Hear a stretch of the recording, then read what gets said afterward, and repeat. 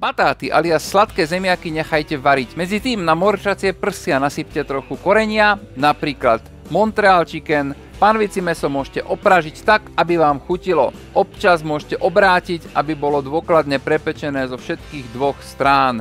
Nemusíte to takýmto spôsobom hýbať a keď je mäso hotové, odstavte ho z panvice na nejaký tanier. Tam bude mäso trošičku odpočívať. Panvicu vypnite z plynu alebo elektriny. Teraz na ňu môžete natlačiť trochu cesnaku, pridajte niečo rozmarínu, môže byť mrazený tymián, ak máte čerstvý alebo aj sušený, trošku oleja a vznikne vám z toho taká gebuzina, v ktorej môžete pováľať všetky tie mäsá, ktoré ste pripravili.